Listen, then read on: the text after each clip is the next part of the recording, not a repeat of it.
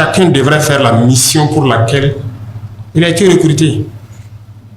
Mais les gens ne font pas la mission. Voilà, pendant que des gens ont des salaires de 3 millions, de combien de millions dans ce pays, voilà, il y en a qui n'arrivent même pas à se payer un repas. Vous trouvez ça normal?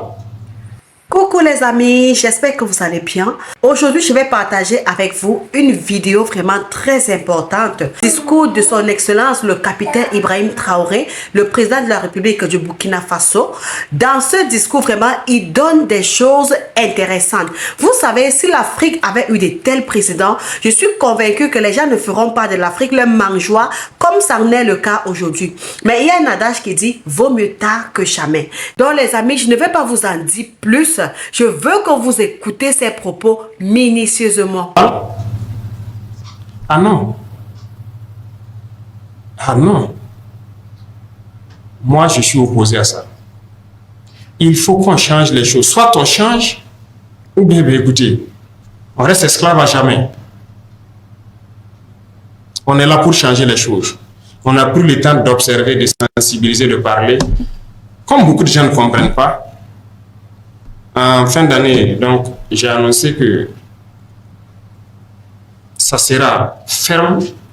La machine contre la lutte contre la corruption va démarrer. Eh bien, ça démarre. Le conseil de discipline et autres, c'était mort. On a adopté des textes pour que les gens puissent sanctionner ceux-là qui ne veulent pas travailler. Mais rien, personne ne veut sanctionner. Ah, si moi je le sanctionne, on peut le licencier, ça sera de ma faute. Écoutez, il y a ce genre d'émotions-là. Nous sommes un pays en guerre et on doit bien gérer les ressources.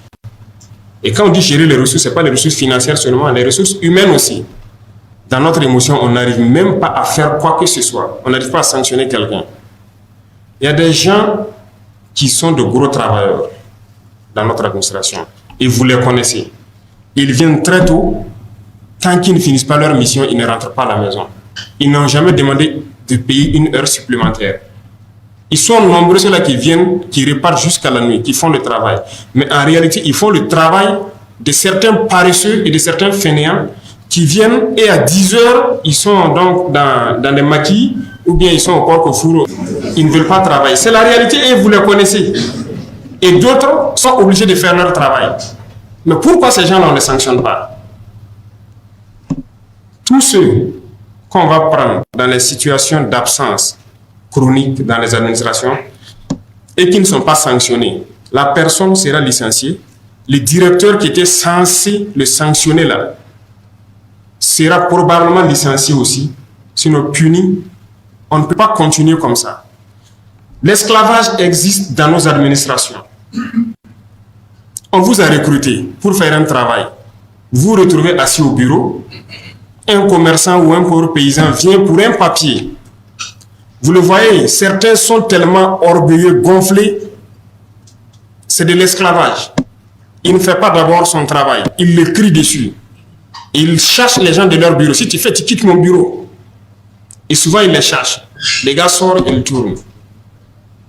Il ne fait pas le travail, il se lève, il part faire. Ces gens-là existent dans l'administration. On le dit publiquement haut et fort. 15 mois à s'observer, c'est trop. Si on t'a recruté d'être dans une administration pour faire un service, tu le fais.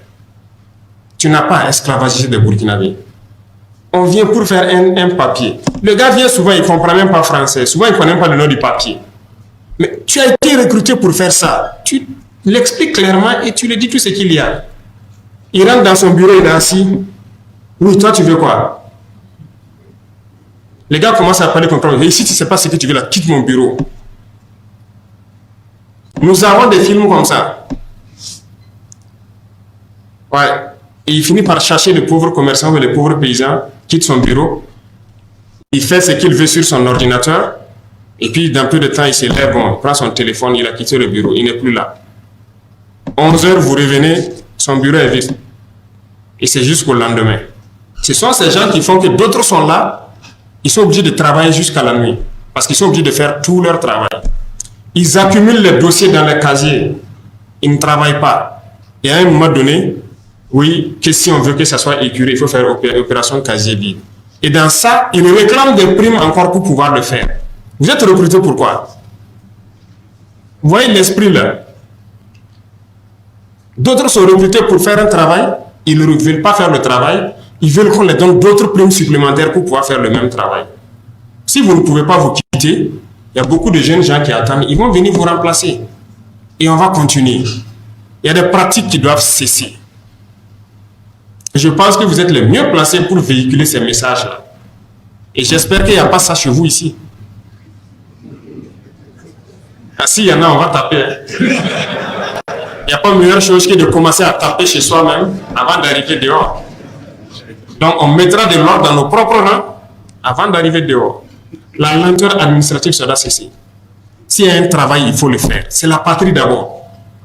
Tout ce que vous faites, c'est pour la patrie. Il y a combien de Burkinabés? Estimé à 24 à 25 millions actuellement ici. Il y a combien de travailleurs, de fonctionnaires? Ça ne vaut pas 300 000 personnes. Vous êtes d'accord avec moi?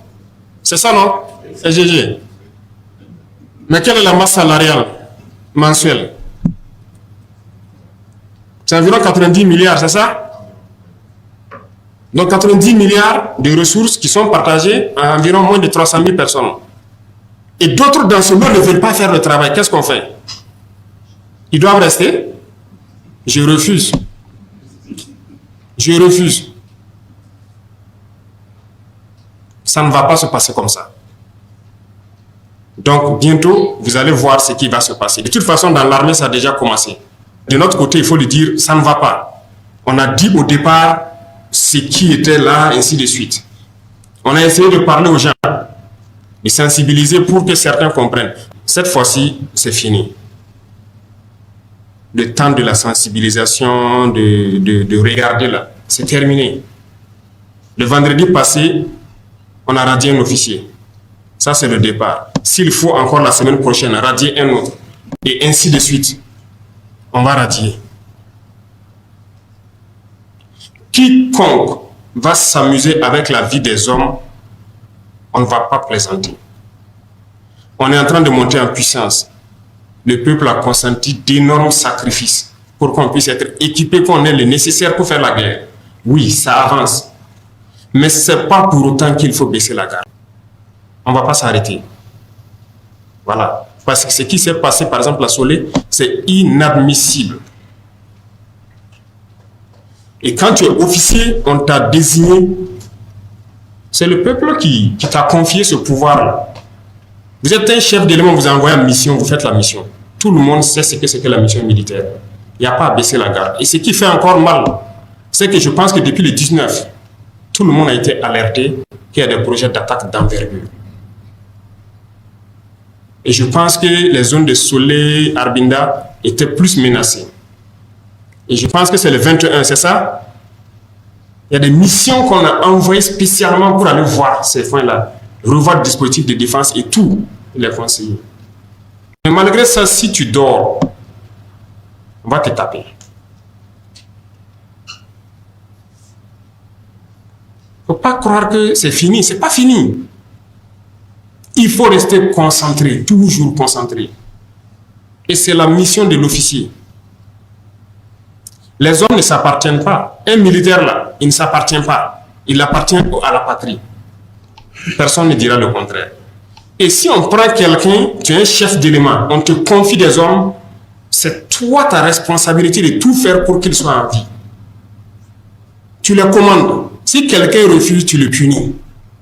Jusqu'à la radiation, ça existe. Ce qui s'est passé là-bas, on a été surpris. Et du moment même que le matin, à Gorgadi, on dit qu'il y a une attaque, tout le monde se met en alerte. Mais 3 heures plus tard, à 9 heures, on vient encore attaquer. Non, c'est impossible. Il est temps que la révolution, là, ça marche. On ne peut pas vouloir se développer dans ça.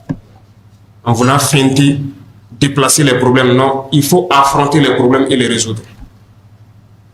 Voilà pourquoi les gens affrontent actuellement le terrorisme et combattent. Donc dans l'administration, chacun aussi doit affronter tout ce qui est problème et résoudre. On ne va pas avoir froid aux yeux. On fera ce qui est bien pour le peuple là. et que tout le monde puisse vivre dignement. Que chacun se mette au sérieux, et ça commence par vous, travailleurs de la présidence. Vous devez montrer le bon exemple. Vous devez pouvoir véhiculer l'idéologie. Il faut qu'on arrive à équilibrer la balance, l'autosuffisance alimentaire. Ce qui va nécessairement faire baisser le coût des denrées. Même si vous touchez 100 000 francs, si le sac de riz a baissé, ainsi de suite, tu peux nourrir ta famille. C'est lorsque vous avez un bas salaire et que le coût de la vie est élevé qu'il y a un problème. Donc c'est ce combat que nous essayons de mener actuellement pour que tout le monde puisse avoir à manger. Et aussi, ce qui va en parallèle avec, comme on l'a dit la dernière fois, c'est de tout faire pour arrêter les importations. On va importer que ce qui est nécessaire. Et je pense que c'est dans ce sens que l'APEC a été créée, pour qu'on puisse s'industrialiser un peu. Il y a beaucoup de volets qui seront pris en compte là-bas. Il y a des usines qui ne coûtent vraiment pas grand-chose. On peut le faire. On trouvera toutes les formules possibles pour pouvoir s'industrialiser et éviter que nos devises ressortent. Parce que nous ne sommes pas pauvres. Mais tout ce qui ressort de notre sol repart dehors pour payer à manger. 7500 agents de la fonction publique qu'on veut recruter. D'abord, pourquoi il faut recruter? Est-ce qu'on a fait vraiment le point? Les GRH doivent ouvrir l'œil. Parce que je sais que les premiers marteaux, ça va commencer par eux. C'est sérieux. Les gens ne maîtrisent pas les effectifs. Et sciemment fait. Partez dans les ministères, vous demandez les effectifs et la position, on ne peut pas vous donner. Voilà la situation au Burkina Faso. On veut recruter. On ne nous amène même pas combien partent à la retraite, combien peut-être ont démissionné, ou peut-être des cas de décès. Il faut ces statistiques-là pour exprimer le besoin. Maintenant, chacun est assis de façon mécanique et le reconduit seulement. Il le reconduit. Ils auront un délai. S'ils n'ont pas pu le faire, ça veut dire qu'ils sont incompétents pour faire leur travail. Oui, vous êtes dans les quartiers, dites-moi, combien de fonctionnaires vous connaissez sont couchés chez eux? 24 sur 24, ils sont à la maison, ils font ce qu'ils veulent. Parce qu'au bureau, ils sont 2, 3, 4 dans le même bureau. Et ils se relèvent. Et même ça, le travail n'avance pas. C'est pas bien. Mais ça, c'est le travail des RH. Il faut qu'on maîtrise les effectifs, qu'on sache pourquoi on doit recruter. Parce que la fonction publique, beaucoup de gens ont compris peut-être les paresseux dont je parle là, c'est comme une assurance vie. Une fois que tu rentres, on ne peut plus rien te faire. Voilà, tu peux faire ce que tu veux et voilà, jusqu'à la retraite, c'est assuré. Ah, c'est fini, désormais, il n'y aura plus ça. Et on va même voir la formule pour trouver un décret pour les citoyens lambda. Si tu gagnes à prendre quelqu'un dans la corruption ou même dans des mauvais comportements, tu as une prime. J'ai déjà donné les instructions pour faire ce décret-là. Et ça va passer. C'est ça, non? Si tu as la preuve que le gars-là, il est absent, on demande des justificatifs, il n'y a pas de justificatif, ça cache, ça se paye. Si tu as la preuve qu'il a fait la corruption, tu viens. Donc, on va instituer une prime pour ça. Donc, l'instruction a été donnée de faire ce décret-là. Ça sera comme ça. Dans le monde, il y a des exemples. Les gens sont passés par là pour lutter contre les mauvaises pratiques, contre la corruption. Pourquoi tout le monde va venir dans la fonction publique? Voilà l'autre partie de la réflexion. Après le pourquoi recruter, pourquoi tout le monde vient dans la fonction publique? Je pense qu'on peut créer beaucoup d'emplois sans forcément être dans la fonction publique. Aujourd'hui, comme je vous dis, nous, on paye tout de l'extérieur. Mais Dieu nous a fait un cadeau. Le Burkina, là, c'est une bénédiction. Il y a tout ici. Tout marche. Mais il y a d'autres secteurs. Il faut qu'on oriente les jeunes vers ces secteurs-là. Pour recruter les 7500 agents, rien que pour le concours, on dépense plus de 4 milliards. Ça, c'est pour faire le concours. Hein. Et ces 7500 agents, la masse salariale annuelle, là, c'est 22 milliards et quelques. Est-ce qu'avec ça, 22 milliards et 4 milliards dans l'année, là, Vous pensez qu'on ne peut pas recruter, créer de l'emploi pour plus de 20 000 personnes? Les emplois pérens. Il faut qu'on arrive à rationaliser nos finances là. Ça ne peut pas se passer comme ça. On va subventionner beaucoup de cultures. On va organiser les filières là et les aider comme on peut.